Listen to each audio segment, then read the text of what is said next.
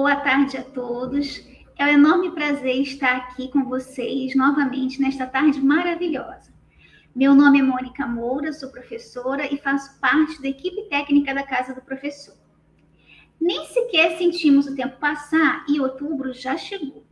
Se outubro é um mês especial por celebrarmos a importância do professor em nossas vidas, a Casa do Professor não poderia fazer por menos.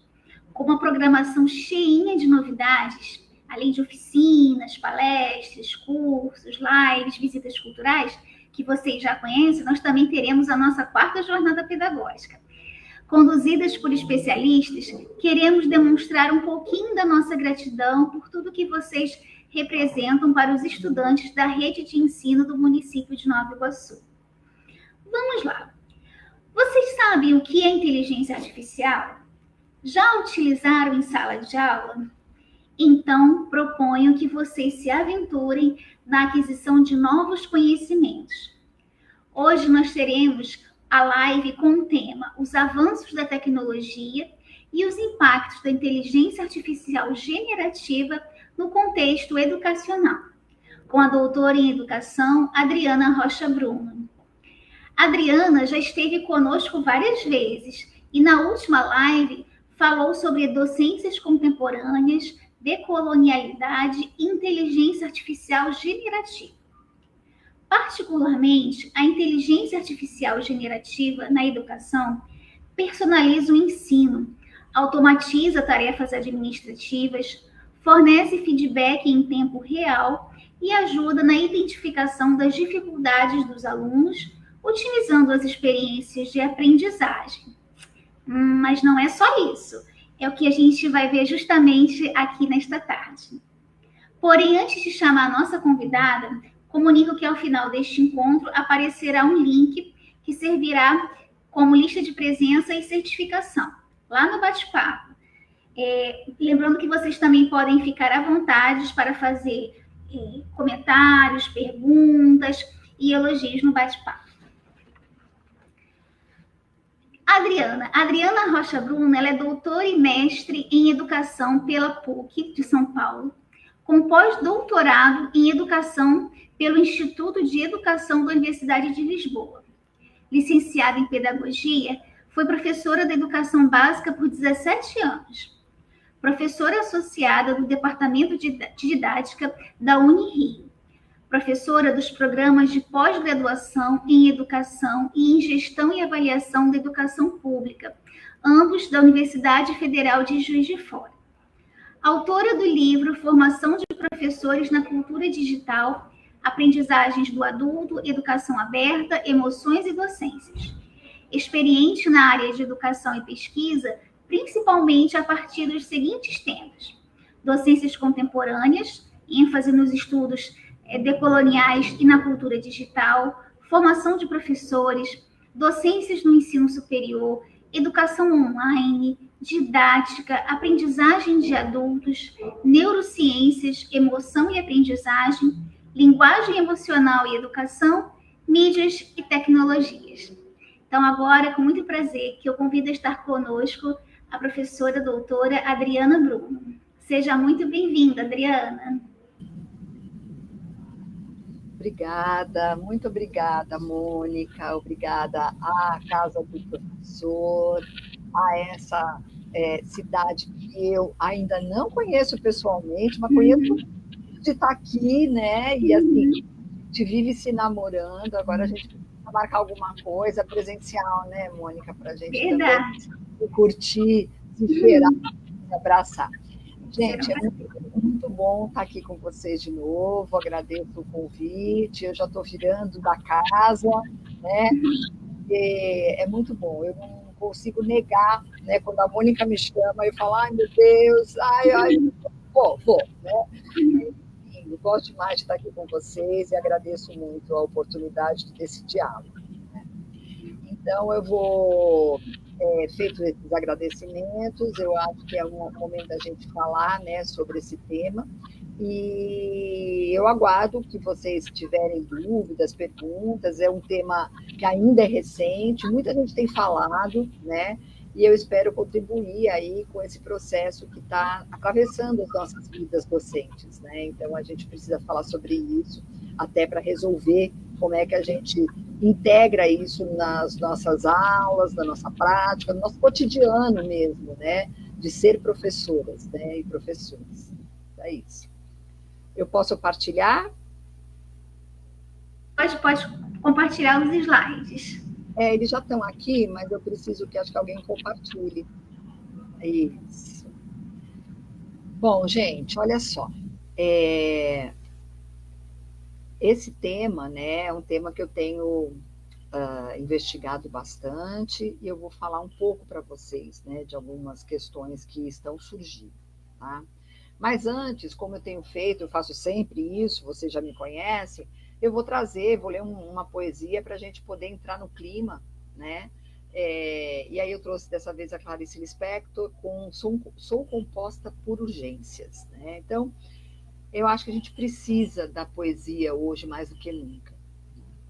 E ela diz assim: sou composta por urgências, minhas alegrias são intensas, minhas tristezas absolutas. Entupo-me de ausências, esvazio-me de excessos, eu não caibo no estreito, eu só vivo nos extremos. Pouco não me serve, médio não me satisfaz, metades nunca foram meu forte. Todos os grandes e pequenos momentos feitos com amor e com carinho são para mim recordações eternas. Palavras até me conquistam temporariamente, mas atitudes me perdem ou me ganham para sempre. Suponho que me entender não é uma questão de inteligência, e sim de sentir, de entrar em contato, ou toca ou não toca.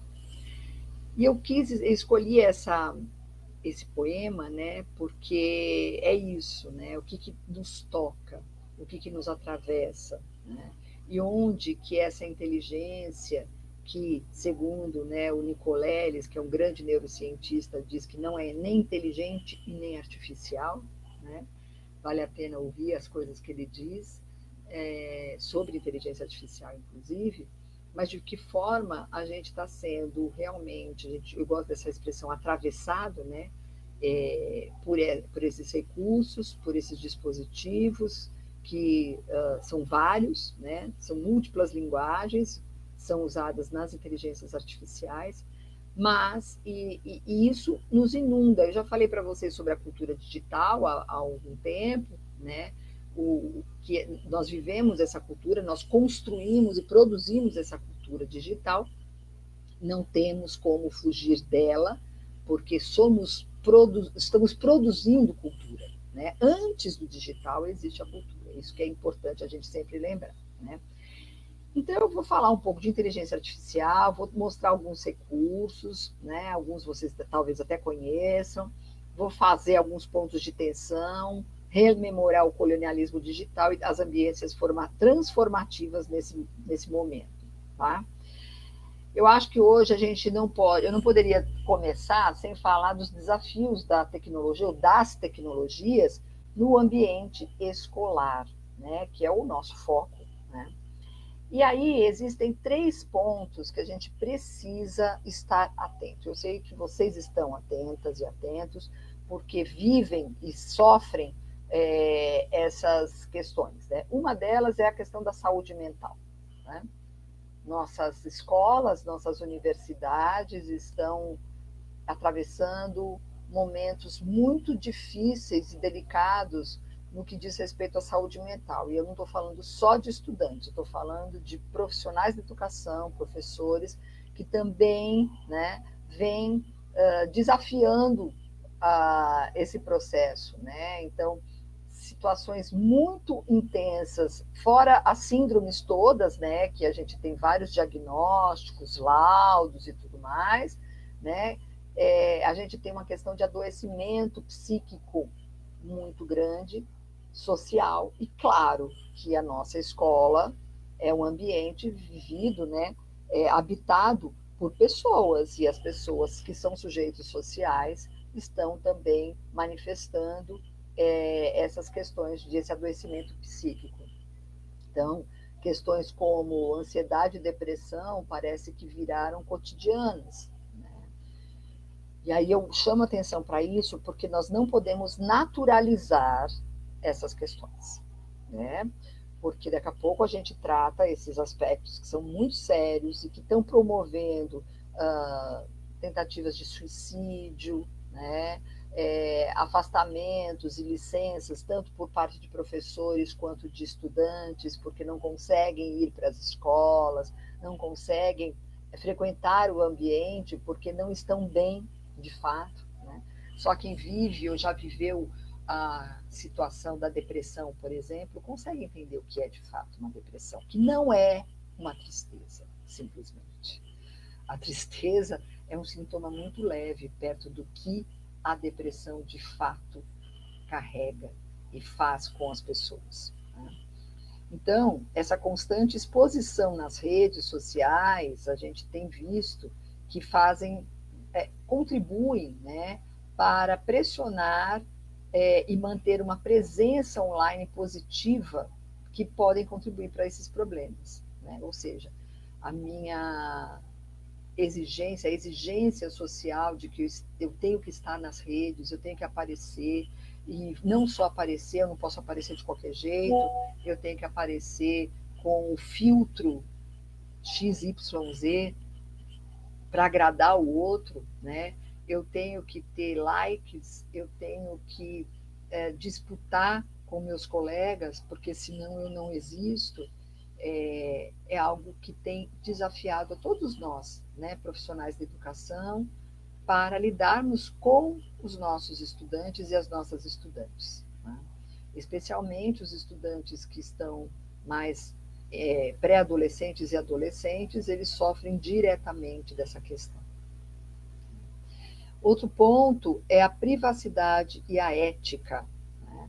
Ou seja, a coleta massiva de dados nas plataformas digitais, porque você não consegue acessar nenhuma plataforma, nenhum app, nada, se você não der os seus dados, não fornecer os seus dados. Aliás, a legislação está aí para falar que não pode, mas mesmo para comprar um remédio você tem que apresentar seus dados, porque senão você não tem o desconto. Em muitas farmácias que isso é proibido, a gente sabe. Se não sabe, saiba que é proibido exigir o seu CPF, os seus dados, mas assim, a nossa privacidade ela está em risco, né? Os nossos dados estão sendo há muito tempo vendidos, né? E para alimentar essas plataformas, né? Então, essas questões que envolvem tanto a ética quanto a privacidade, né, podem também resultar na manipulação dos comportamentos, né? Então, assim, a gente vê isso no cotidiano, às vezes a gente acha que não tem mal nenhum, mas tem, na medida em que a gente vai para o Facebook e aí você é convidado para comemorar o aniversário de amizade com fulano ou fulana, você tem lá 10 anos de Facebook, e aí você é convidado a comemorar, fazer um clipe, papapá. Ah, mas isso é uma brincadeira. Isso é a prova de que os seus dados estão sendo manipulados, né? Como a gente esbarra nas questões éticas, né? Então, assim, são pontos que a gente precisa estar atento, principalmente nós no campo de educação, porque isso está na nossa sala de aula, né? E temos também um outro ponto, que é a desigualdade digital, né? Ou seja, a falta de acesso equitativo a dispositivos e a conectividade. A gente tem pessoas que têm muito acesso e pessoas que têm zero acesso, né? O acesso muito limitado, uma rede que não funciona, e o quanto que isso pode, sim, não só aprofundar as desigualdades sociais, né, mas criar a pessoa alijada, né, desses recursos e até dessas discussões. Às vezes você pode falar assim, feliz delas. Sim, por um lado, pode ser que elas estejam adoecendo menos, mas o adoecimento pela desigualdade é enorme. E aí, a gente teve essa lei, né, que é a 15.100, agora, recente desse ano, que proibiu o uso de aparelhos eletrônicos portáteis pessoais por estudantes durante as aulas, né? Aliás, nas escolas, porque inclui recreio, intervalos, né? E a menos que você use com a finalidade pedagógica. E aí eu quero chamar a atenção, porque essa legislação, que eu acho que ela é pertinente, né? E ela visa preservar a saúde mental, física e emocional dos nossos estudantes, ela não pode ser vista como, ok, eu não tenho mais esse problema na escola. Porque o seu aluno ou sua aluna que estão lá, mesmo sem o uso do celular, se ele estiver lá guardado na mochila ou em alguma caixa, em algum lugar assim, cada escola tem criado suas rotinas, seus critérios, né? Saiu da escola, volta tudo de novo. E são esses alunos que estão sofrendo bullying, cyberbullying, são esses alunos que são alijados de convívio social dentro da própria sala de aula e que isso se reverbera dentro dos espaços digitais, são os nudes que são feitos pelos jovens e que acabam circulando nas rodas, né? Então, o fato da gente não estar com o celular presente de forma livre dentro da sala de aula, o que é muito oportuno, porque os nossos estudantes eles não têm controle, né? Eles não conseguem, nós mesmos, né, adultos, quantas vezes a gente vê uma vibração lá na bolsa, você vai lá e pega a bolsa para ver o que está acontecendo. Você não consegue se controlar e falar, não, estou numa aula, agora estou assistindo uma palestra, não, agora estou vendo um filme. Não, o celular tocou, você pausa o filme e vai ver o que está acontecendo. Então, quiçá uma criança, um adolescente. O que eu quero dizer é que, por um lado, isso é positivo, sim, né? Porque faz com que eles se concentrem mais nas atividades escolares e na dinâmica que a gente espera que seja muito criativa na sala de aula, mas isso não tira da escola, a meu ver, a responsabilidade em relação às ocorrências que são desdobramentos digitais e que têm como protagonistas os nossos estudantes. Se a gente não souber, o que está acontecendo e o que eles estão vivendo e sofrendo, né, a gente não consegue fazer com que eles aprendam. Porque o adoecimento psíquico impede que as pessoas aprendam. Nossos alunos estão adoecidos, muitos deles. Né? O que eles jogam, porque gostam de jogar, o que estão lendo ou não estão lendo. Né? Então, são coisas que a lei vem, ela nos ajuda, mas a gente precisa trazer essas discussões, a gente precisa dialogar para saber o que está acontecendo de fato. Né? A gente tem que trazer as famílias para dentro das escolas, porque as famílias precisam também ser educadas, precisam também ser orientadas sobre esses dispositivos. Né? Então, assim, hoje a gente tem muita clareza do quanto que um uso precoce desses recursos, de qualquer tipo de dispositivo, celular, ou tablet, ou um computador que seja, numa idade de crianças pequenas, é realmente muito ruim, é péssimo. E cada vez que o tempo passa, mais nós vamos tendo notícias, né, dos neurocientistas, né, de psicólogos, de antropólogos, de sociólogos, historiadores, nós, pedagogos e pedagogas, professores, sobre o que isso, né, promove no processo formativo humano. Tá? Então, eu quis começar essas questões porque isso, né, está presente, e a gente não ter aparelhos como os aparelhos móveis dentro da sala de aula nas mãos dos alunos não significa que os problemas deixaram de existir. A gente não pode usar a lei para varrer o problema para debaixo do tapete, né? Então, o problema continua existindo e ele também é nosso. Não é porque os estudantes não usam celulares dentro da escola que nós não temos o reflexo disso, né?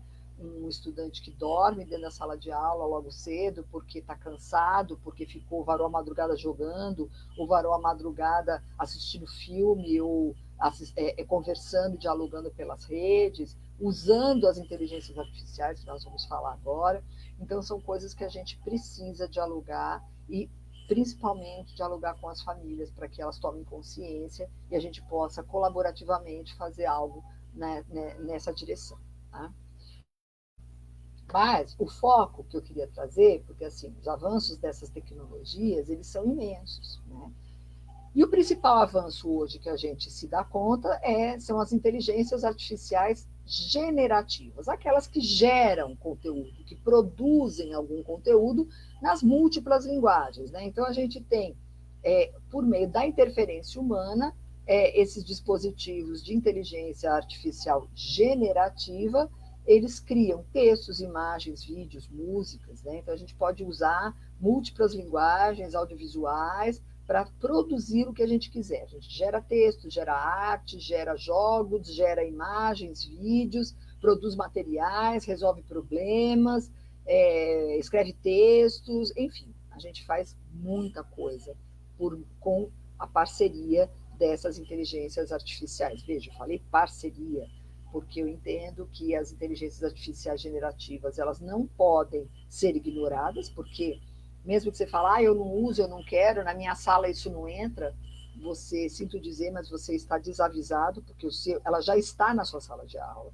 Quando a gente vai lá e dá uma bugada, como a gente diz, né, a gente vai lá e coloca uma informação, né, na nosso browser para pedir alguma pesquisa, para buscar alguma coisa, a primeira resposta hoje já é da inteligência artificial. Antes de virem os links com os sites que a gente vai, esse é de tal universidade, eu confio, tarará, a primeira coisa que vem são as respostas das inteligências artificiais e que os nossos estudantes e muitos professores acabam achando mais prático e vão naquela primeira informação, né?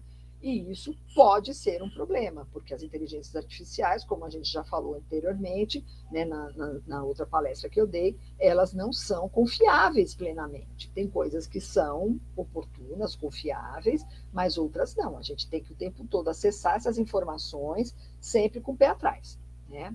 Mas eu volto com a pergunta que eu fiz, né?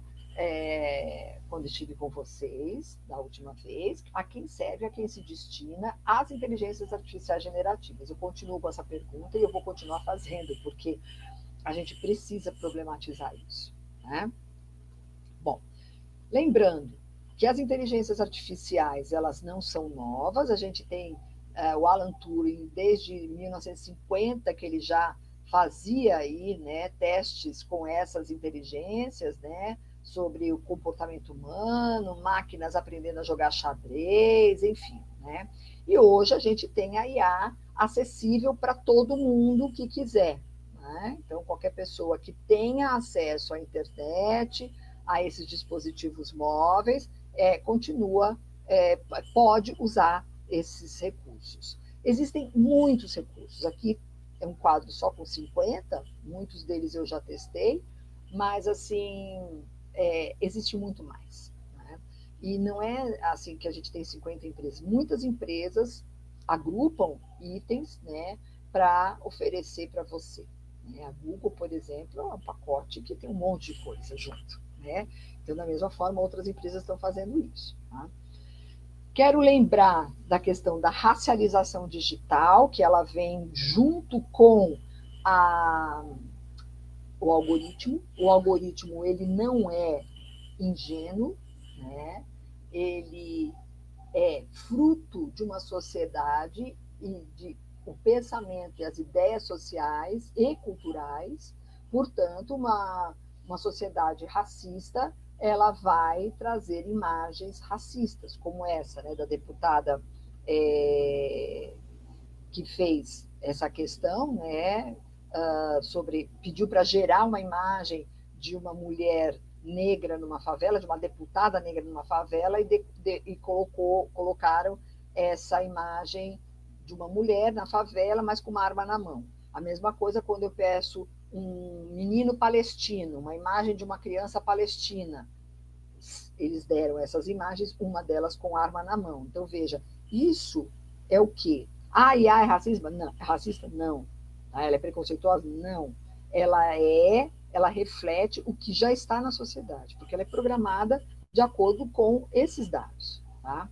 Então, hoje, quando a gente vai reclamando com a IA, elas vão sendo ajustadas, né? Então, hoje você tem meninos palestinos aparecendo sem arma na mão, e quando você pede a imagem da deputada Renata Souza, aparece essas todas, que nenhuma delas é a Renata Souza, né? A gente teve aí, né, desde artistas sendo usados, a imagem de artistas usados para vender produtos, o Papa, o falecido Papa Francisco, usando um casaco estiloso, né, e que isso foi feito com a IA, ou seja, a IA, ela tem essa capacidade, né, que uma vez demandada, ela cria o que a gente pedir, tá? Então, esses são alguns dos que eu já testei, mas tem mais agora, eu acabei não atualizando. Mas eu vou falar um pouco dos recursos para depois a gente discutir sobre as questões e os problemas, né? O Canva, né, é um recurso que a gente usa bastante para fazer imagens, mas hoje ele tem um pacote de fazer um monte de coisa, inclusive textos, né? Aí eu coloquei os links, né, os ícones, para você, que você pode criar tanto quadro em branco, slides, para a área da educação, documentos e tal. O que eu quero chamar a atenção nessas imagens? Se você pedir para que ele crie uma sala de aula, ponto, ele vai criar uma sala de aula, provavelmente daquelas mais tradicionais, com as carteiras enfileiradas, e só com pessoas brancas, tá? Para que você tenha uma mudança nessa imagem, você tem que demandar. Então, no caso, eu coloquei, crie uma imagem de uma sala de aula multicultural, em que a professora atue de forma aberta e parceira. Aí ele coloca uma imagem, né, com pessoas de várias cores, professora, ou seja, uma mulher dando aula, né, e as pessoas interagindo, ela com os alunos. Então, veja, aí ela coloca. Tá? Senão, ela vai buscar o que a gente tem, né, que é o foco na branquitude. Né? Então, a IA vai refletir isso. Né? Imagens, né, que eu fui criando de desenhos, né? Mas eu quero focalizar um pouco mais, né, esses recursos que a gente mais tem usado. Né? Faltou o Copilot aí, eu acabei não colocando, mas ele é também um recurso que muita gente usa, mas todos eles acabam sendo servindo para propósitos muito semelhantes, muito similares, né? Todos têm a versão gratuita e a versão paga. Tá? O Perplexity, eu tenho usado mais o Perplexity e o ChatGPT agora, nesse momento. O Gemini eu já usei também, que é da Google, né? O antigo Bard. E agora, hoje, eu resolvi pagar, porque até então eu não pagava, mas recentemente, há um mês, 2, eu resolvi pagar o ChatGPT, então estou usando o ChatGPT 5 para poder estudar. O Perplexity, eu tenho o Perplexity Pro, porque eu sou cliente da Vivo, a operadora, e quem é cliente Vivo, eles oferecem um ano de pacote, né, de Perplexity Pro. Então fica aí a dica para quem também tem essa operadora, tá? Bom, o que a gente precisa fazer para produzir textos? Perguntas, tarefas e para assim conseguir respostas. E eu vou falar um pouco disso, vou falar um pouco do prompt daqui a pouquinho, tá?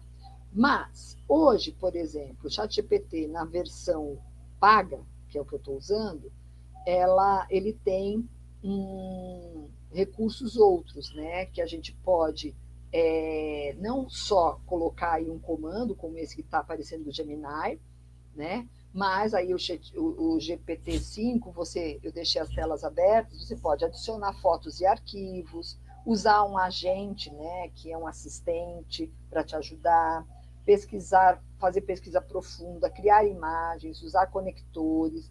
E mais, você pode pedir para fazer slide, pode pedir para fazer gráfico no Excel, tabelas, enfim, ele faz. Você pode, desde subir um arquivo, pedir para fazer um slides com aqueles arquivos. Se você quiser falar que você quer a versão em PowerPoint, ele vai fazer. Senão, ele vai montar os slides e aí você pode levar para o seu aplicativo e criar os seus próprios slides com aquele conteúdo. Mas se você quiser, ele já monta os slides e manda para você. Né? Então, assim, hoje a gente tem muitas possibilidades para trabalhar com o ChatGPT, não só na produção textual, mas ele também oferece recursos para trabalharmos com outros aplicativos, como eu disse para vocês, tá?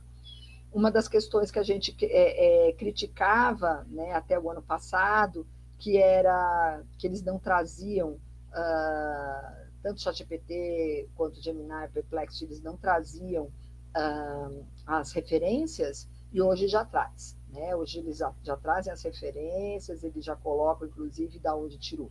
Eles não colocam exatamente, a menos que você peça para fazer citação, mas eles não colocam exatamente aquele trecho da onde ele tirou. Isso ele não faz, né? Mas ele dá as referências que ele usou para construir. Só que, normalmente, ele não usa só aquelas referências, ele usa mais do que aquelas referências. Tá? E outra, ele pode, dentre as referências que você perguntou, ou você pediu, ou que ele já ofereceu, ele pode inventar referências. Ele pode tanto colocar algumas que não existem, como ele pode colocar algumas que existem, mas que não estavam naquele texto, às vezes nem é sobre o assunto. Então, por isso que tudo que a gente faz nas inteligências artificiais, a gente tem que revisar, porque se você pegar aquilo como verdade, como, tá pronto, que bom, graças a Deus, você pode dançar, tá? E isso acontece muito com o aluno, né? Porque o aluno, muitas vezes, ele acha que ele está acostumado só a apertar botão e pedir para fazer, ele não vê que a inteligência artificial deixa rastros, né? Ela faz uma pergunta no final, você quer que eu faça tal coisa, né? E aí, às vezes, o trabalho do aluno tem esses rastros todos, porque ele não limpou os rastros, né? Ele deixou do jeito que estava, e aí está na cara que você sabe que acaba sabendo que foi feito pela inteligência artificial generativa. Né? Outro que eu acho que eu já falei para vocês, se não me engano, é o Gama, mas eu acho que vale a pena, eu uso muito o Gama para fazer slides, tá? O Gama agora, ele também avançou e ele tem, assim, você pode tanto colar textos, né, a partir de um prompt, uma anotação, gerar, né, só com o prompt, ou então você pode importar arquivos ou URL. Tá? Você pode pegar um arquivo do seu computador, ou colocar uma URL, ou fazer um upload. Tá? Bom, então, você faz isso com o Gama e pede para ele fazer os slides para você, porque o Gama é um app para a gente fazer slides. Né? Eu tenho usado muito, muito, porque ele não só cria slides bem assim, bonitos do ponto de vista estético, né? Como você pode usar fundo, escolher tal, mas ele também coloca imagens. E aí ele vai usar imagens que são imagens que a gente não vai pagar direito autoral, ou não vai precisar se preocupar com direito autoral, porque são imagens criadas pela IA. Tá? Então, vale a pena a gente explorar. Lembrando que as imagens que ele cria normalmente são imagens que trazem todo esse fenômeno que é da nossa sociedade preconceituosa, né, e cheia de questões machista, misógina e etc. Então, você tem que colocar aí no comando o que você quer. Né? Bom, outro recurso que eu acho muito bacana é o Motion. Motion a gente usa muito com crianças, né? Ele faz edição de vídeo e gráfico, ou seja, você pega uma historinha ou um prompt, como eu coloquei aí, cria uma história em que uma menina se perde dos pais por alguns segundos, suficientes para se apavorar e a alegria do reencontro. Aí ele criou uma animação a partir ele criou primeiro uma história em quadrinhos, depois eu pedi para criar animação, ele criou a animação, tá? E fica muito bacana, as crianças adoram quando elas fazem uma história, uma redação, e aí você depois usa esse recurso para animar e eles ficam muito felizes, porque dá uma série de possibilidades e dependendo do comando, você pode pedir que você quer personagens assim ou assado, então dá para colocar música e fica uma coisa bem interessante, né, no processo criativo da autoria do usuário, ou seja, dos alunos, né. Outro que eu tenho usado bastante, depois eu vou partilhar com a Mônica esses slides, e aí vocês podem ver aqui esse exemplo que está aqui, é um exemplo que eu fiz a partir de um texto meu, né, que é o Notebook LM. Ele faz várias coisas, depois vocês podem explorar. Mas ele faz uma coisa muito interessante, que ele pega um texto e transforma num programa, como se fosse um programa de rádio, 2 pessoas conversando, sabe? E aí eu coloquei esse prompt, ele é meio chatinho, porque às vezes você tem que ser mais minucioso do que os demais. Aí, porque senão ele faz em inglês. Mas eu coloquei assim, crie um podcast em português do Brasil, porque senão pode entrar o português de Portugal, com 2 apresentadores, um homem chamado Pedro e uma mulher chamada Carmen. O áudio e o idioma devem ser gerados em português do Brasil, para que os brasileiros possam entender. Então, veja as especificidades, né? Os apresentadores devem ter um perfil dinâmico, descontraído e interagir entre si. Aí eu mandei um texto, que é um texto que eu uso para fazer orientação de como faz um projeto de pesquisa e tal. E aí ele criou esse podcast, né? E ele está bem divertido, ele é animado, com muita gíria, né? Então, assim, claro que você pode fazer com outra linguagem. Aqui eu que pedi dinâmico, descontraído, enfim, aí ele fez assim. E até com sotaque do interior de São Paulo, inclusive, que eu reconheci, mas eu não pedi isso no prompt.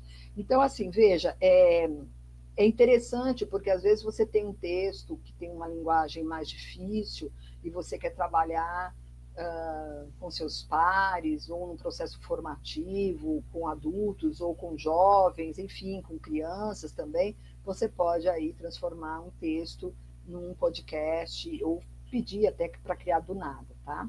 Bom, outros, né? O Opus Clips, o TinyWall, não vou falar muito desses, porque eu quero me aprofundar em outras coisas, mas assim, ele faz edição de vídeo, vídeo longo, ele transforma em vídeos curtos, e aí você pode partilhar depois no TikTok, YouTube, etc.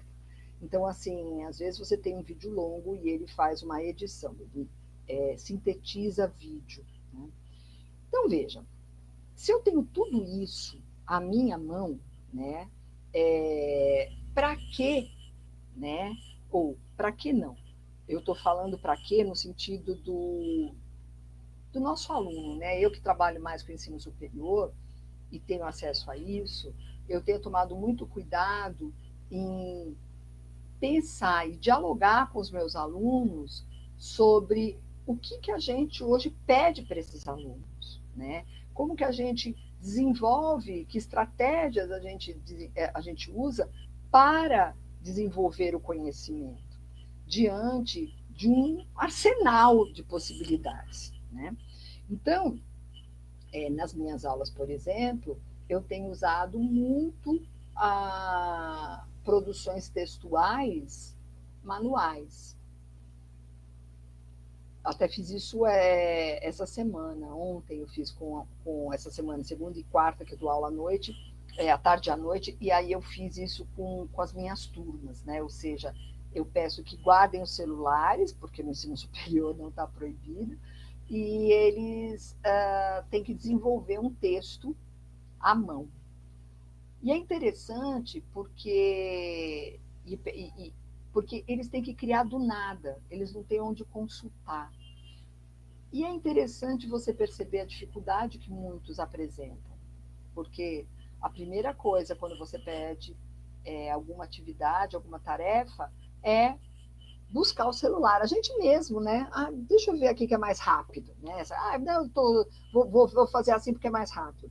E aí esse mais rápido, até que ponto ele está limitando o seu poder criativo, a tua forma de se expressar por meio da sua linguagem, né, da sua autoria. Então são coisas que a gente precisa pensar, porque tudo que a gente pedir, a IA hoje pode fazer. Então, a gente tem que pensar, eu quero a IA fazendo por mim ou sendo a minha parceira. Por isso que eu falei aquilo para vocês, né?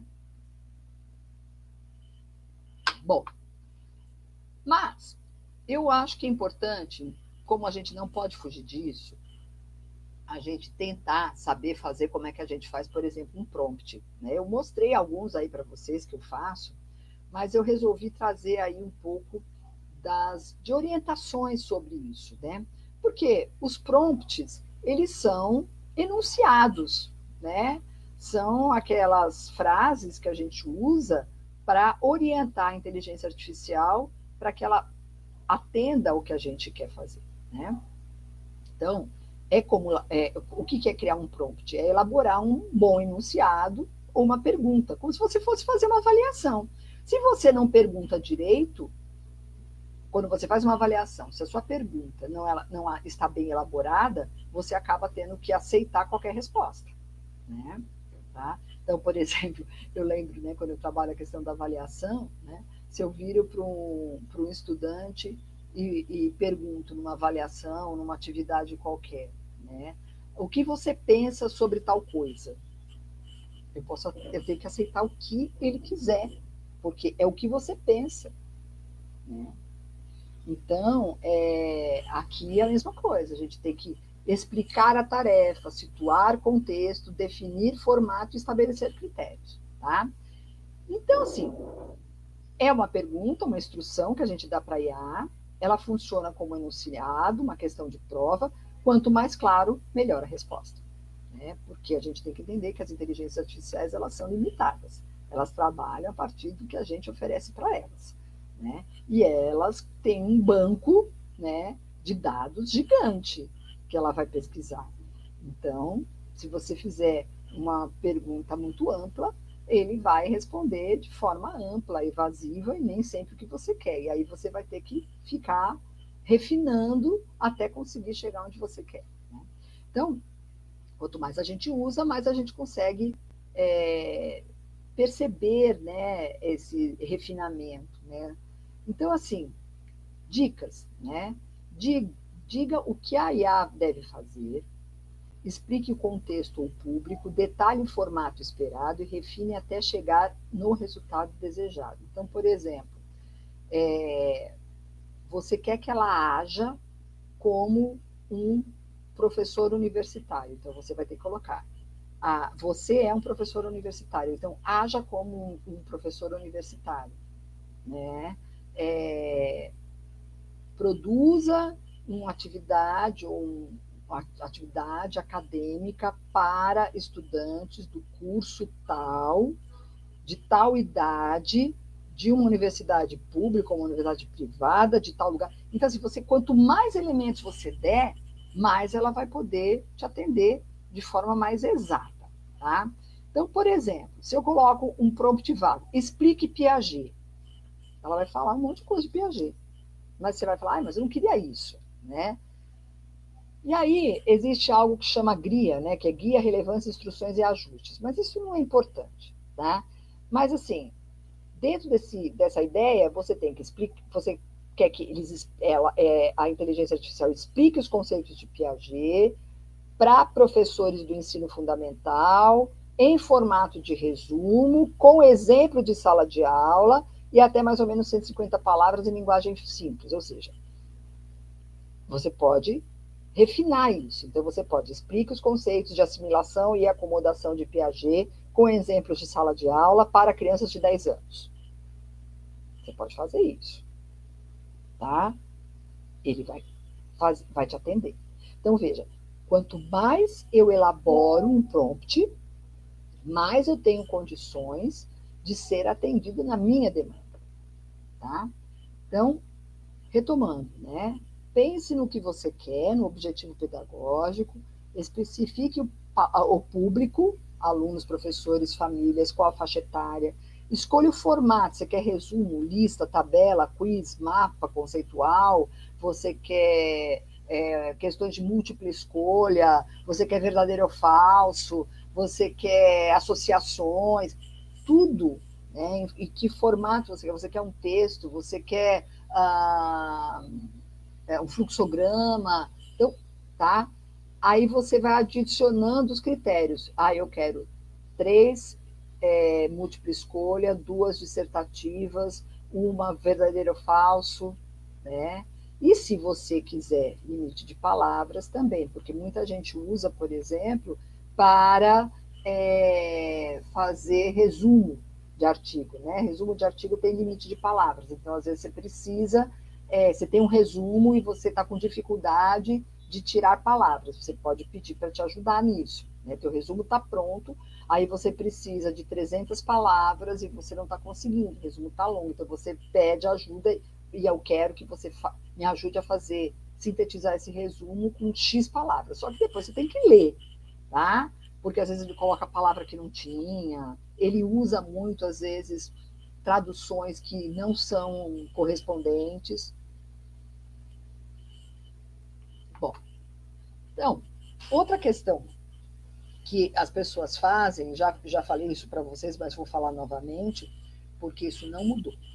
Existem detectores de inteligência artificial, ou seja, eu posso saber que meu aluno fez consulta ou usou inteligência artificial? Nós, professores, a gente sabe o que o aluno escreveu e não escreveu. A gente tem um radar, né?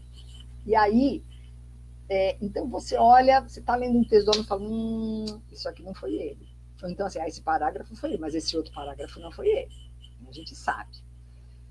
Mas vamos supor que você ainda não conhece a turma, não conhece aquele aluno, dá aula para muita gente, o que é comum na nossa área, né? Às vezes a gente tem 150 alunos, 200, 300 alunos, dependendo do lugar que você dá aula. Como é que você vai decorar a forma de escrita de cada um, né? Mas, então, às vezes a gente precisa, né, passar por um detector, como a gente fazia com plágio, né? Só que o plágio é diferente da IA, porque assim, o plágio, ele tirou a informação de algum lugar e de um lugar que tem dono, ou seja, aquele texto, ele tem autoria, o autor está lá naquele texto. E aí, se eu copio aquela parte e jogo, eu descubro se é plágio ou não, porque tem um dono, né? Aqui não. Como ele faz uso de um banco de dados gigante, né? Ou seja, tudo que é produzido por nós pode estar nesse banco de dados. Quando você usa o Gemini, ele usa o quê? A Google. Ele vai fazer busca onde? Né? Dentro do buscador, dos buscadores da Google. Então, ele tem um banco de dados imenso. Tá? Então, ele vai pegando informações de tudo quanto é lugar, né? E quem é o autor? O mundo, né? Todo mundo que tem alguma coisa produzida, né? E a gente, inclusive, todo mundo produziu alguma coisa que está na web, seja no Facebook, no Instagram, ou no blog, ou no site, enfim, né? E aí o que acontece? Detectar se o texto ou aquela produção foi feita por IA ou não, né? Principalmente texto, é muito mais difícil. Então, a gente não pode confiar, porque tanto há o falso positivo quanto o falso negativo. Tanto ele pode pegar um texto que é de A e falar que não, ou ele geralmente dá porcentagem, ou então você pega um texto que você tem certeza que foi você que escreveu, eu fiz esse teste, né? E ele fala, 40% de chance de ser IA. Não tinha nenhuma IA ali, né? Então, a gente não pode hoje acusar ninguém de ter usado, tá, a partir desses detectores, de ter usado inteligência artificial para escrever. O que a gente tem sentido é que os textos, eles ficam corretos, bem escritos, mas é como se eles não tivessem alma. Você não tem o que falar, está errado? Não está errado. Às vezes, o texto não está errado, mas falta alma. Por quê? Porque falta autoria, né? Falta estilo, que é o que a gente tem. Tá? Além disso, existem outros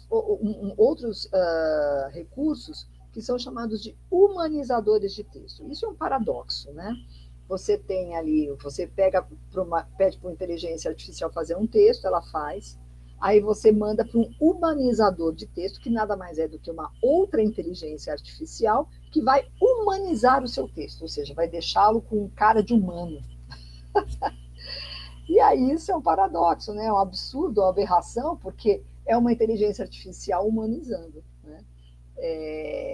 E aí o que esse recurso faz? Né? Ele tira ali alguns rastros de repetição ou de palavras que geralmente a IA gosta. A gente tirava até sarro porque a palavra crucial estava sendo muito usada pela IA, então todo mundo falava assim, não pode usar mais a palavra crucial, hein? Porque a IA... Qualquer texto que tenha a palavra crucial, há uma grande chance de ter sido feito por uma IA. Então, São coisas que a gente tem que, né, ficar esperto, e quanto mais você usa, mais você fica sabendo. Mas esses humanizadores, eles são maquiadores, né, de textos, mas eles existem, tá? De todo modo, o que a gente precisa fazer? A gente tem que sair desse lugar da proibição e do controle e partir cada vez mais para o diálogo, né? Então, assim, essa atividade que eu estou fazendo com os meus alunos, o que eles fizeram, né? Eles estão produzindo um texto a partir de orientações que eu dei, eles fizeram uma caminhada fotográfica, foi bem bacana a atividade, são várias etapas, e aí agora eles foram para a parte de escrita manual, né? Fizeram um texto, e aí a próxima etapa que eu vou desenvolver com eles, eles vão... Eu fotografei esses textos manuais, e aí a próxima etapa, o que nós vamos fazer? Eles vão digitar, né, o texto e vão jogar na IA. E vamos pedir para que a IA corrija, depois vamos pedir para a IA fazer daquele texto algo mais acadêmico, depois vamos pedir para a IA fazer daquele texto algo mais divertido. Então, a gente vai testar possibilidades, e ele vai começar a ver, a comparar o que a IA faz, né?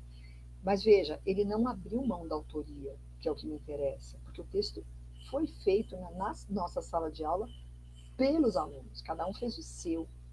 Então, a IA, ela entra aí, no nosso caso, né, para a gente até um pouco investigar, mas a gente também, ela entra também, né, para auxiliar, né, porque tudo bem a IA nos ajudar a fazer uma correção, né? Às vezes nós temos alunos que têm mais dificuldade, e aí ele pode comparar, olha, usou uma palavra que eu não conhecia, ele pode aumentar o universo vocabular, né? Olha, realmente aqui está errado, mas aí não é você que está mostrando, é a IA. E é interessante, né? Você depois também, claro, passar seus olhos, né? Mas é importante ele entender que a IA pode ser parceira, mas a IA não pode assumir o lugar de criação. Isso a gente... Até porque a IA não tem a questão da subjetividade. Então, quando eu falo que às vezes o texto parece sem alma, é porque a nossa subjetividade, essas máquinas não possuem, né? Então, a gente tem que ter isso em mente, tá? Outro ponto que eu acho que é importante a gente relembrar é a questão do colonialismo de dados, o colonialismo digital. Eu já tenho falado bastante sobre isso, e aí vem ao encontro do que eu falei, né, logo no começo, o quanto que esses algoritmos, eles não são necessariamente racistas, eles são programados com o que há de melhor e de pior na humanidade, e o racismo está ali imerso. Então, ele é programado para manifestar o quê? O poder da branquitude, né? Que é uma sociedade que quer embranquecer tudo, né? Então, quando a gente faz esse tipo de analogia, né, as IAs, elas têm muitas possibilidades. Eu fiquei sabendo agora que São Paulo está com detector de câmeras espalhadas por tudo quanto é lugar, e está com identificador facial, né? Só que aí, assim, uma IA racista, quem é que vai ser preso? Quem é que vai ser identificado como bandido? A gente tem que pensar nisso, né? E já está acontecendo lá em São Paulo isso, tá? Então, a gente tem que entender que a gente precisa combater esse tipo de coisa, mas combater não a IA especificamente só. É claro que a gente precisa afinar, né, depurar, mas a gente tem que combater esses problemas sociais, né, esse monte de preconceito que a gente tem, né, para que a gente tenha aí recursos disponíveis que conversem mais dentro do que a gente acredita, do que a gente entende que é uma sociedade mais justa, equitativa, etc., né? Então, eu gosto dessa imagem porque a gente está usando a IA na educação com a ponta do iceberg, né? Assim, o que está por baixo, que é muita coisa, a gente não está vendo. Então, a gente acha tudo interessante porque usa a IA generativa, muita gente falando de personalização do ensino, né? Os pacotes vêm assim, não, porque se o ensino é personalizado, você agora vai ser atendido nas tuas demandas, de acordo com o que você precisa. Ora, não é bem assim. Tá? Tutores robôs, ou seja, eu mando embora um monte de profissionais, porque agora eu tenho tutoria sendo feita por robô, e eu posso até escolher qual o perfil desse robô que pode me ajudar nessa tutoria. E aí, por isso, eu mando um monte de gente embora e substituo pessoas que são maravilhosas, que fazem um trabalho excelente por robôs. Então, veja, o que a gente tem de fato? Né? Essas máquinas, elas não deveriam ser usadas para isso. Tá? O que está na base disso tudo que a gente tem, como é que a gente pode resistir, né, a tais questões, não de modo a refutá-las, a falar não vou usar porque isso é impossível, tá? Mas resistir de modo a usá-las, integrá-las, de modo crítico. Né?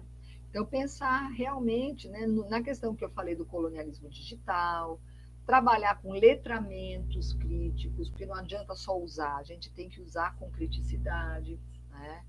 Pensar numa sociedade que seja ética e de responsabilidade, né? Entender que existe processo de dataficação e plataformização. Tá? Então, a gente precisa trazer essas questões para o nosso debate. Tá? E sempre no campo da educação, entender, né, que tanto o ensino quanto a aprendizagem ela é composto de teoria e prática entrelaçados, né, não separados. Tá? Por conta disso tudo, a gente tem que persistir na regulação das inteligências artificiais generativas no Brasil.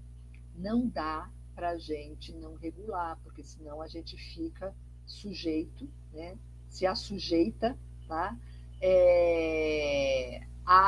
aos mandos e demandos de outros países que não só alimentam, né, como controlam essas inteligências artificiais. Então, a gente precisa, sim, de critérios e regras do nosso país, do nosso contexto, da nossa cultura, para que a gente não esbarre nessas questões e tenha mais problemas do que a gente já tem tido. Né? Não é fácil fazer a regulação, mas a gente precisa dessa regulação, porque a regulação, né, a legislação, ela vai nos proteger em relação a tais recursos dispositivos.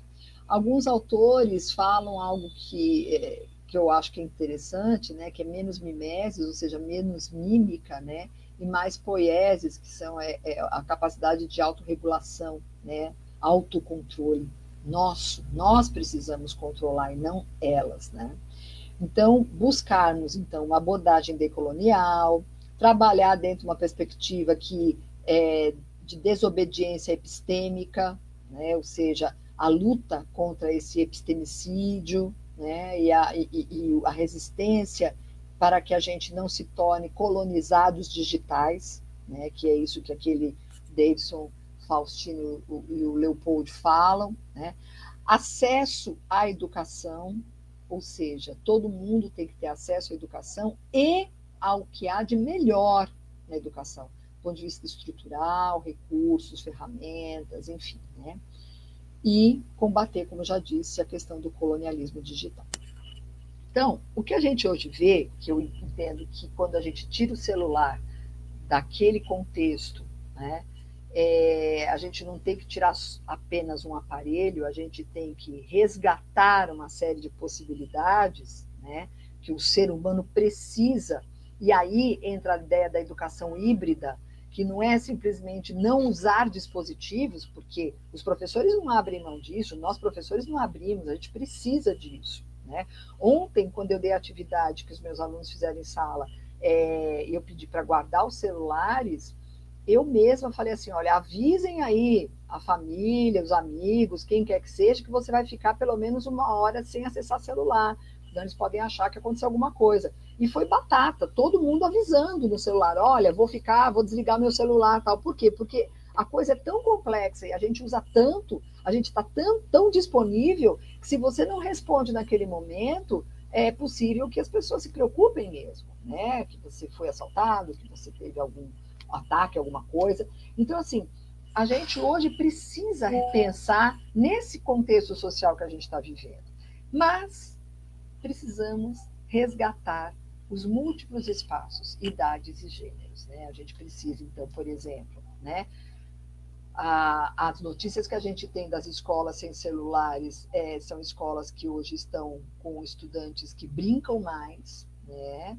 Que voltaram a usar o pátio como contexto da brincadeira, do brincar, né? Que dialogam mais, porque muitos dialogavam pelo celular. A gente entrava nas escolas e estava todo mundo no recreio, inclusive com celular, né? Então, eles estão começando a perceber o quanto que é potente também ficar sem celular para conversar com meu colega, para, né, para estar mais perto, para andar mais, movimentar corpo, né?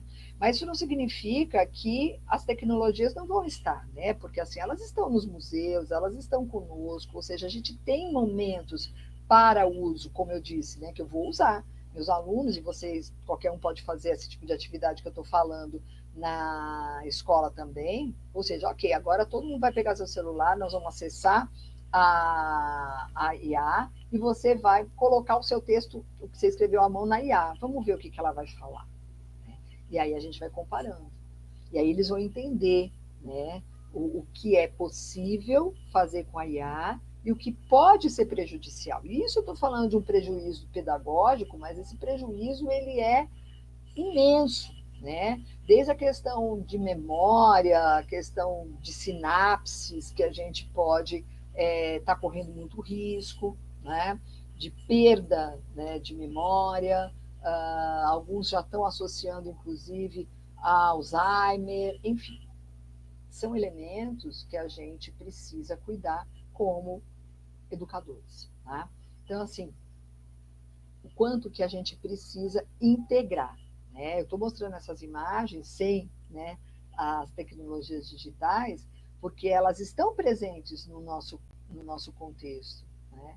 Agora, em alguns momentos, elas vão ser, sim, complementadas, né, pelas tecnologias digitais. Mas o que elas não podem é ser substituídas, é isso que eu quero dizer. E isso seria o que a gente chama de fazer das docências, né? Um fazer como atos de currículo, como diz o Roberto Sidney Macedo. E aí, atos de currículo que são plurais, múltiplos e híbridos, né? Ou seja, docências plurais, múltiplas e híbridas. Tá? Então, é necessário a gente repensar esse currículo, aproveitar esse contexto, mais uma vez, para fazer mudanças, né? Co-criar desenhos didáticos, todo mundo junto, entender que a linguagem digital é diferente da presencial física, mas ela pode se complementar, né? Desde que a gente tenha orientações claras, a gente tenha objetivos claros, né? E aí alguns investimentos, né? O trabalho por projetos e a interdisciplinaridade. Para que isso comungue, né? A gente precisa mudar a nossa cabeça. Aí é o que o Jorge La Roça já falava em 2014. A gente precisa desalunizar os alunos, desprofessorizar os professores e desdisciplinar as disciplinas, porque nós também estamos viciados num tipo do que é aula, o que é aluno, o que é disciplina, o que é escola, e a gente tem receio, tem resistência até para transformar melhor esses espaços. Né? E aí, independente de ter usado a IA ou não, de ter vivido na época desses recursos ou não, o Paulo Freire vai nos ajudar. Né? Ele nos ajuda com vários conceitos, né?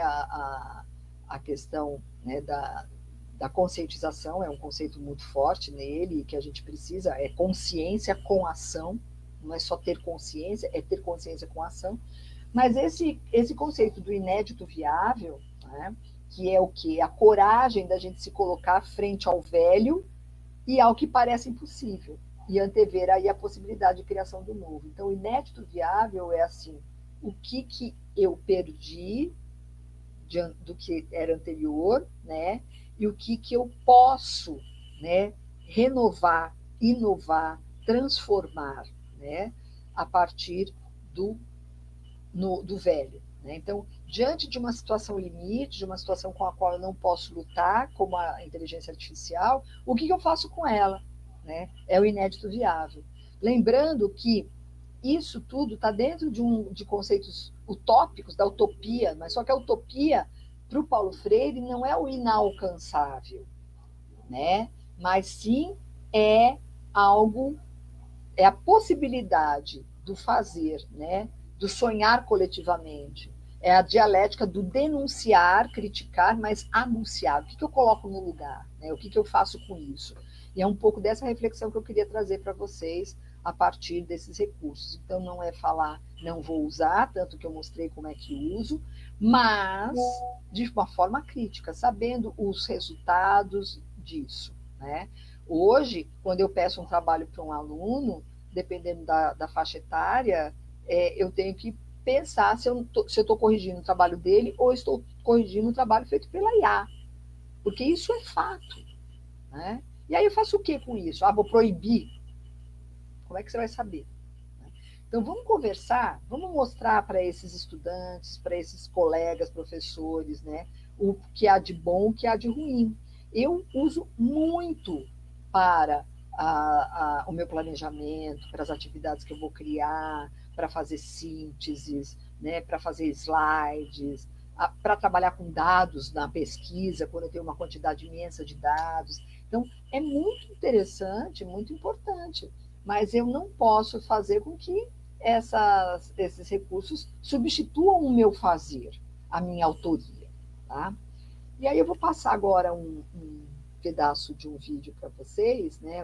Esse vídeo que é do Juliano Holanda e do Kleber Albuquerque, que é bem bacana para a gente encerrar aqui a nossa conversa.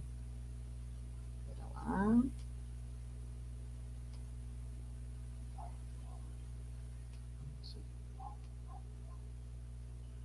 Vamos ver se vocês já estão vendo.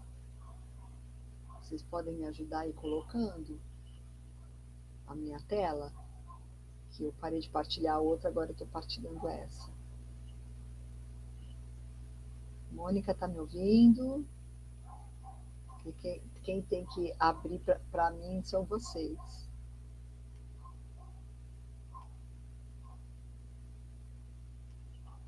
Isso, obrigada.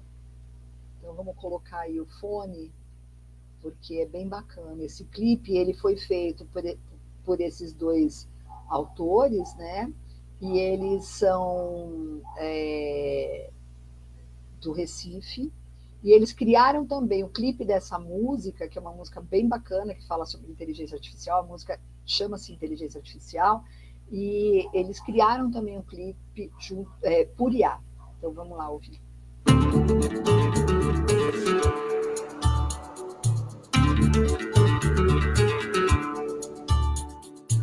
São saborosos os frutos das plantas de PVC.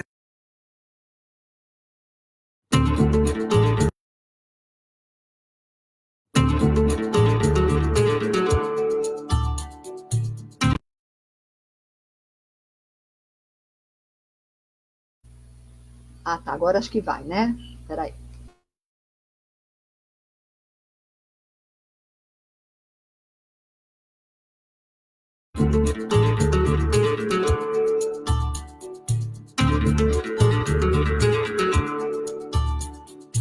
São saborosos os frutos das plantas de PVC, resultado dos construtos das impressoras 3D. Será que o Thor tem futuro, assim como eu e você? Vai perguntar no escuro que não sabe responder.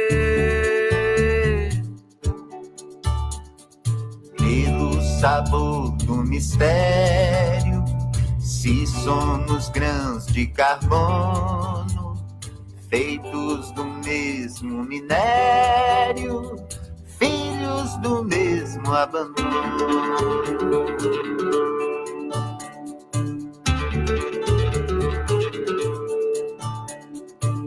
Não sei se sou uma máquina na ânsia de ser humana, uma centelha divina trocando a vida por grana. Nem sei se sou uma pessoa com tudo que isso carrega, algo que soa e ressoa, planta que a si mesmo rega. Se temos mesmo esse vínculo, nuvem que nada dissolve, se somos só como um cálculo, quem é que enfim nos resolve? Quem é que enfim nos resolve? Quem é que enfim nos resolve?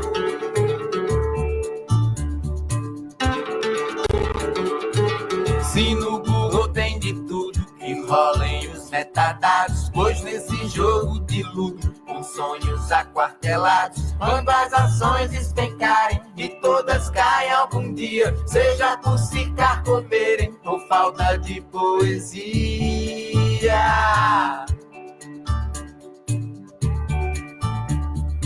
o mundo irá numa gripe, como Esther disse há algum tempo, pra que a nuvem se dissipe, só basta um sopro de vento. Quando vier um colapso e as plataformas ruírem, feito a paixão de Calypso, pro desespero de outrem, no cemitério da Apple há de vir uma senhora com olhos de Shirley Temple pra varrer tudo pra fora,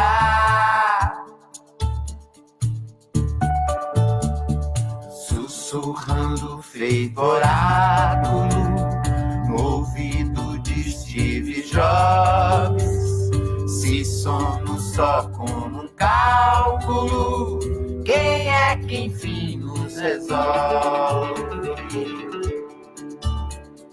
Quem é que enfim nos resolve? Quem é que enfim nos resolve? Quem é que enfim nos resolve? Quem é que enfim nos resolve?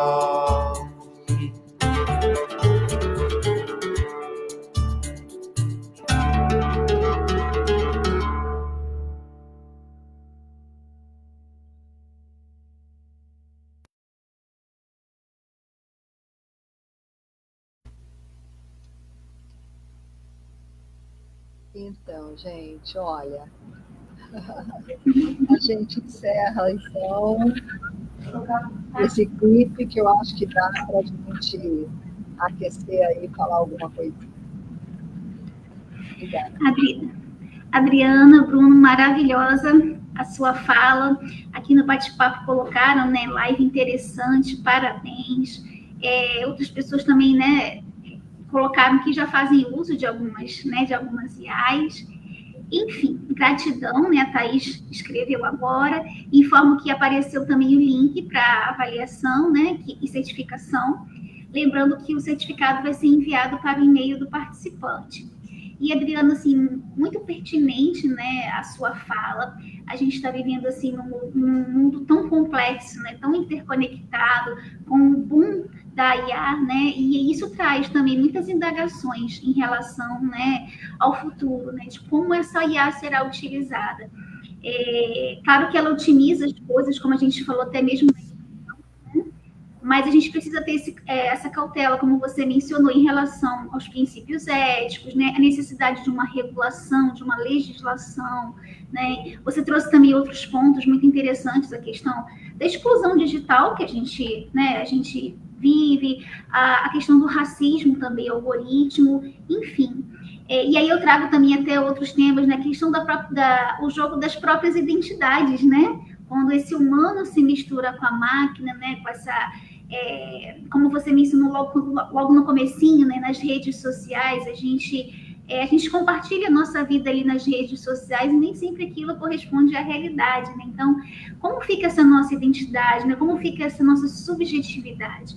Então, assim, são temas, né, que levam a gente a uma reflexão muito exponencial. E essa reflexão ela precisa ser feita realmente no dia a dia, principalmente quando a gente fala em relação à educação, porque aí entra toda a questão da valorização da própria criatividade humana, né? E qual será esse uso realmente da inteligência artificial na educação, tanto pelo professor quanto pelo aluno. Então, a gente está aqui justamente para poder, né, pensar sobre isso juntos, né? E aí, Adriana, eu tenho duas perguntinhas para você. A primeira seria assim: quais são algumas considerações éticas, relacionadas ao uso da IA generativa? E como a IA generativa pode ser usada para aumentar ou aprimorar a criatividade humana?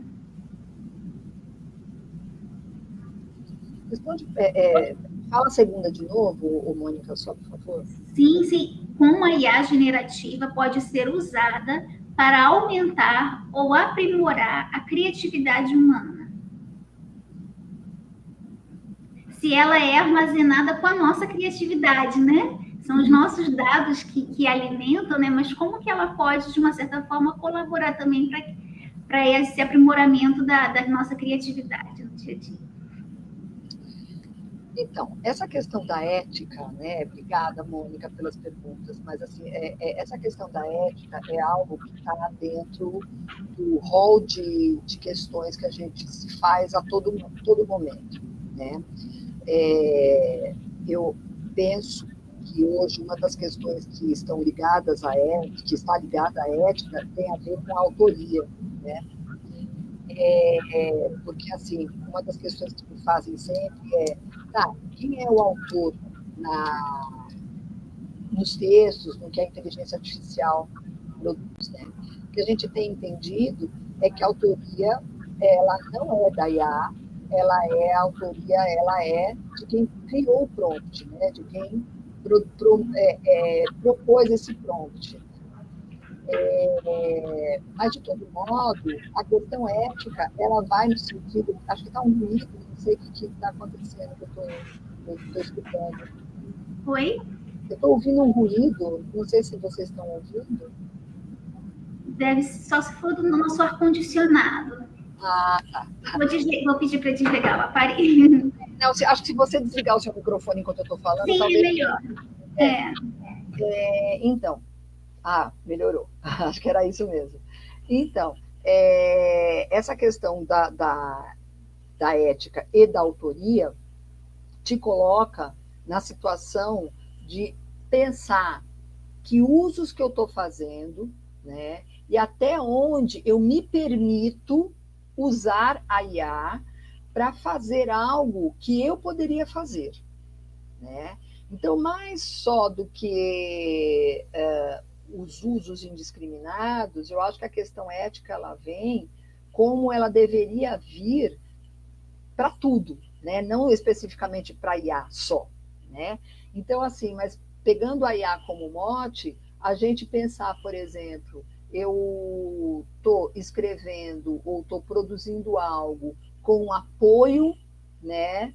Ou com por exemplo, estou fazendo uma pesquisa e essa pesquisa tem muitos dados. Da mesma forma que eu posso usar qualquer aplicativo que é muito bem visto, né, pela academia, como o SPSS ou qualquer outro que a gente possa usar, chique, etc., eu posso usar IA hoje, né? Então, assim, eu primeiro devo falar, olha, foi usado a IA, né, a IA me ajudou a fazer essa seleção desses dados, né? Essa organização e tudo mais. Isso não há problema nenhum. Nosso grande medo é a substituição dos nossos fazeres e da nossa autoria pela IA. Né? A questão não é nem só simplesmente substituir, mas o que isso pode fazer com o nosso poder criativo e autoral, né? No futuro. Eu, você e todo mundo que está aqui, né, hoje à tarde, que está nos assistindo, nós temos essa criticidade, né? A gente teve a oportunidade de trabalhar o analógico digital, a gente sabe até onde a gente pode ir, a gente tem uma visão crítica. Mas, em se tratando das nossas crianças hoje, né, que vão pegar um mundo, né, repleto de recursos e de possibilidades, a gente precisa estar atento a isso, né? Então, isso, para mim, envolve a questão ética. A questão ética de não só deixá-los usar ou não deixá-los usar, mas oferecer a todo mundo condições para poder fazer esse uso ético, né? Ou seja, entender o que seria esse uso ético, entender até onde eu posso ir, não terceirizar o meu saber, o meu fazer, né, para máquinas. As máquinas, elas são ótimas, são muito bem-vindas e tem que ter espaço para elas mesmo, né? Mas elas estão exatamente elas devem estar, né, a serviço das nossas necessidades e principalmente, mas não da nossa criação. A gente não pode delegar a nossa criação, nossa autoria, nosso poder, nossa potência, né, de criação para essas inteligências artificiais. E quando a gente começa a fazer isso, a gente tem que pensar não no destino dessa produção, mas no que acontece conosco quando a gente faz, né? Isso fora o que a IA, claro, né, pode fazer no mundo cheio de fake news, né? Então, assim, as fake news elas já existem, com as IAs elas tomam uma outra dimensão, né? Você pega, por exemplo, uma propaganda qualquer política, você pode colocar qualquer político, né, falando o que você quiser que ele fale, né? E as pessoas mais desavisadas vão chegar e falar assim, não, mas eu vi o fulano ou a fulana, eu vi o vídeo, né? Porque para a gente essa questão imagética ela é muito importante, audiovisual, né? Então, assim, eu assisti o vídeo do fulano, sim, mas aquele vídeo, ele é fake, né? Então, a gente chega num nível também de refinamento dessas inteligências artificiais generativas que esbarram nisso, né? O que a gente pode acreditar, o que a gente não pode acreditar. E aí, mais uma vez, a importância da regulação. Porque se eu tenho legislações fortes, firmes, claras, objetivas, né, que me protegem em relação a isso, né, eu posso confiar ou não. Agora, como a gente está vivendo hoje uma rede que é terra de ninguém, qualquer um pode falar o que pensa, o que quer, e dane-se o mundo, né? Eu posso criar os maiores absurdos, como a gente já teve tempos atrás, né? De muita gente acreditando em coisas completamente inadmissíveis, né? Impossíveis, inclusive, né? Assim, a Terra não é redonda, né? Enfim, coisas desse tipo, tá? A regulação, ela parte, né? Ela nos protege, né? Ela nos protege dessas assombrações, né? Então, tudo isso envolve as questões éticas e tudo isso esbarra dentro da nossa sala de aula, porque não é espaço escolar e universitário, é um espaço onde a gente trabalha com dados científicos e não com achismo, né? Você pode achar o que você quiser, né? Com a sua família, na sua casa, né? Num bar, tomando, né, o seu refrigerante, cerveja, o que você quiser. Agora, você não pode, na sala de aula ou dentro de um espaço acadêmico, achar o que você quiser, sem dados, sem que isso tenha sido referenciado pela ciência, né, por meio de pesquisas e tudo mais. Então, isso, para mim, envolve todas essas questões da ética, e por isso eu insisto na questão da regulação, né, e da discussão também, Mônica, independente de IA ou não, do que é ético hoje, sabe? Qual é a nossa ética, né? Porque isso não está dado, isso não é uma coisa que a gente aprenda muitas vezes em qualquer lugar. A escola também tem que se envolver, né, nessas discussões. E aí, como que a IA pode aumentar ou ajudar, né, na criatividade humana? A IA, eu mostrei vários recursos aí, né? Veja, quando eu uso, por exemplo, o Motion, que me ajuda a fazer história em quadrinhos ou animações e tudo mais, eu posso muito bem criar atividades usando esses recursos e não fazer com que esses recursos criem por mim ou façam por mim, né? É diferente, por exemplo, eu tenho os recursos, eu tenho os brinquedos, por exemplo, tem uma imagem até que eu não trouxe, mas assim que eu gosto muito, que são várias crianças, né, em volta de muitos brinquedos, carrinho de rolemã, pipa, né, bola e etc, boneca, tal, tudo no meio assim, as crianças todas em volta tirando fotos desses brinquedos, né? Então, isso são opções que a gente faz, né? Eu quero brincar com aqueles brinquedos, ou eu quero tirar foto dos brinquedos. Então, são coisas que a gente tem que pensar. Então, esses recursos, eles estão aí para nos ajudar. Agora, eu posso escolher que eles façam por mim algumas coisas, né? Ou eu use para que eu possa avançar, né, naquilo que eu gostaria, ou que eu poderia fazer. Então, agora, para que isso aconteça, eu tenho que conhecer, eu tenho que saber, eu tenho que fuçar. A gente só pode criticar o que a gente conhece, né? Então, não adianta eu falar, eu não vou usar. Tem que usar. O professor, ele não pode, enquanto ele está em sala de aula, ele tem obrigação de se atualizar. E hoje, se atualizar significa explorar as inteligências artificiais generativas também, para ele poder saber o que o aluno dele pode fazer, até onde ele pode ir, até onde não deve ir. Ou seja, e não adianta simplesmente falar, não, eu não gosto disso, não gosto de tecnologia. Eu penso, nesse momento eu sou bastante radical nisso, que hoje profissionais da educação que não querem ou resistem a esse tipo de recurso ou até de discussão, precisam repensar se devem ou não estar na sala de aula, porque a sala de aula hoje é um espaço também dessas discussões, né? E dessas produções e dessas criações, não só, né? Então, assim, hoje, quem é o professor? Acho que a gente tem que pensar, quem é o docente hoje? E quem é esse aluno, né? Então, com certeza, eu acho que aumentar a criatividade humana na medida em que eu consigo entender esses recursos como possibilidades para um fazer mais amplo, né? Então, eu, além de criar uma história, por exemplo, né, eu posso animar essa história, eu posso criar personagens com essa história, eu posso criar melodias com essa história, eu posso criar, né, outros recursos, né? Então, assim, é usar para expandir o que a gente já está fazendo. Tá?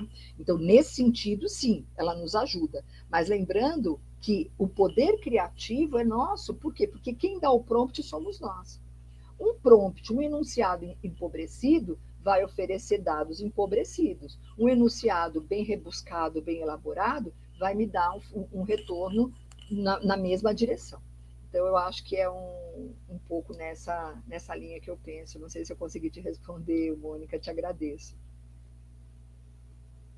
Você está desligada o microfone. Perfeitas considerações, muito obrigada.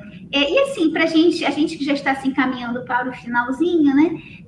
Gostaria de lhe pedir que você deixasse para a gente, né, que acompanhou esta live, uma frase ou uma mensagem que sintetize, né, tudo que você trouxe para a gente.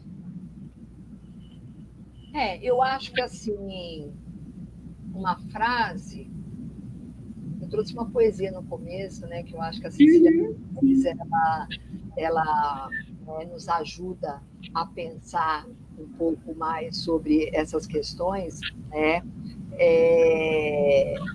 Eu acho que a gente precisa cada vez mais sentir, né, refletir e se permitir o tocar, né? O que me toca, o que me atravessa. As inteligências artificiais, os recursos tecnológicos podem estar nos favorecendo, mas jamais substituindo esse tocar, esse sentir, esse estar junto. Então, por isso que eu já me convidei antecipadamente para vocês me levarem pessoalmente aí em Nova Iguaçu, porque eu quero conversar, eu quero sentir vocês, porque é isso, né? Que bom que a gente tem isso, né? A gente se conheceu aqui, né, Mônica? Mas assim, vamos expandir também, né? Vamos falar disso de passos. Então, que a gente não substitua jamais as nossas relações, os nossos afetos por máquina nenhuma, porque máquina nenhuma dá conta da máquina humana. É isso. Obrigada. Com certeza. Eu é que agradeço, não vou cansar de agradecer a você, em nome da Casa do Professor, por estar aqui conosco. É sempre bom lhe ouvir, assim, a gente aprende sempre muito com você. Agradeço também a secretária Maria Virgínia e a diretora da Casa do Professor, Renata Santana, por possibilitarem a nós, profissionais da educação, momentos como esse que nós vivenciamos hoje. E agradeço a participação de todos vocês, né? Muitos elogios aqui para você, Adriana. Até a Thaís colocou, você está muito bem-vinda em Nova Iguaçu, hein? Com certeza. E é isso, pessoal. Acompanhe. Oi? Vamos marcar.